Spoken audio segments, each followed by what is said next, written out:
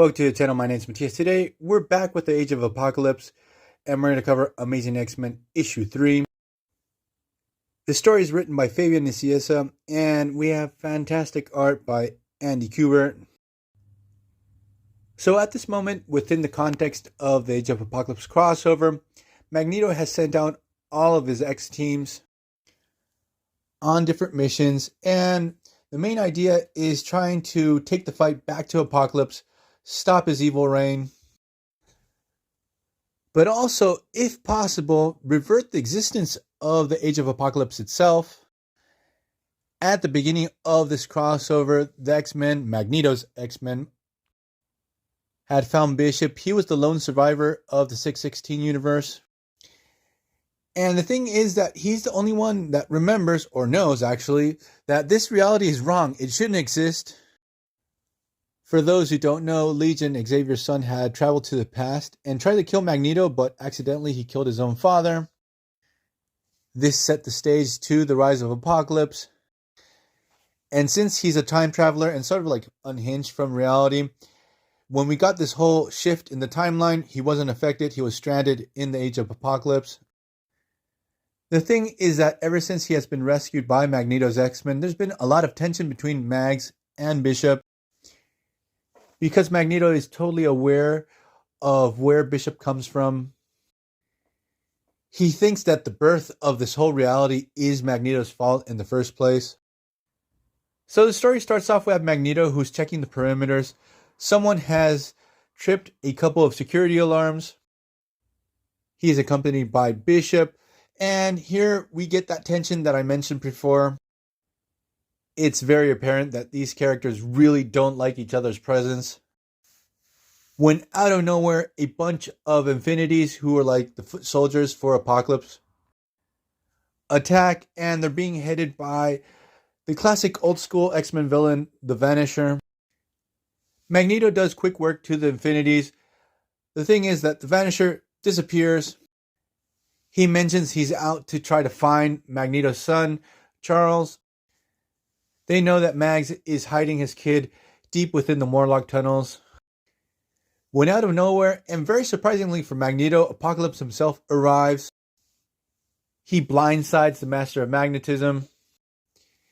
He makes quick work of Bishop. And the thing is that we discover, because way back at the beginning of the Age of Apocalypse, we had a moment where Magneto had taken down Apocalypse's celestial ship. It strained him so bad that from that moment on, most of his magnetic powers have been burned out. He can use them, but on a pretty small scale. The thing is that Mags is getting clobbered by Apocalypse.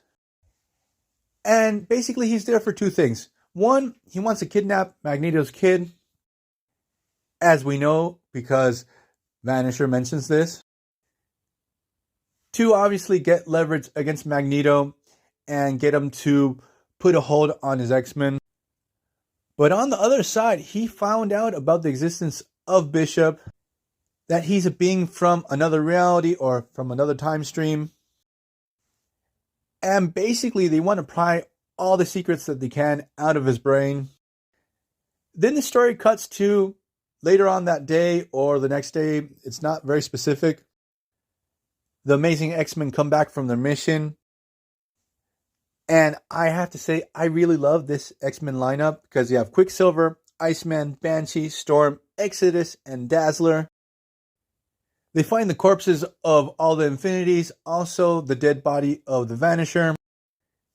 Magneto is nowhere to be found, nor his child. Obviously, also Bishop is missing in action. Quicksilver goes immediately to Angel's Bar because during the Age of Apocalypse, Warren Worthington III had this bar that was sort of like neutral territory. He was playing both sides, but obviously he was an informant to the Angels, to the good guys. So Quicksilver discovers that Apocalypse in person had attacked the X-Men's base. Seemingly not only has kidnapped his little brother Charles, also Magneto. And they also discover that Bishop has been taken to Quebec because during the Age of Apocalypse, there's very few telepaths left. They're probably one of the very few liabilities for Apocalypse, so he made sure to take down and kill as many as possible. And one of the few that are still around is working in the service of Apocalypse. It's the Shadow King, who has possessed during this time multiple men. So basically, he's a one-man army. He's going to dive deep into Bishop's mind and pull out all the secrets that he can. So when this happens with the Shadow King, it's so much information that he can't take it. Shadow King is one of the first to realize on Apocalypse's side that this whole reality shouldn't exist. That's when one of Apocalypse's horsemen arrives. It's Abyss. He has plans for Bishop. He was like the main villain to this specific X-Men run. So we're going to leave this video here. I hope you guys liked it. See you guys next time. Bye.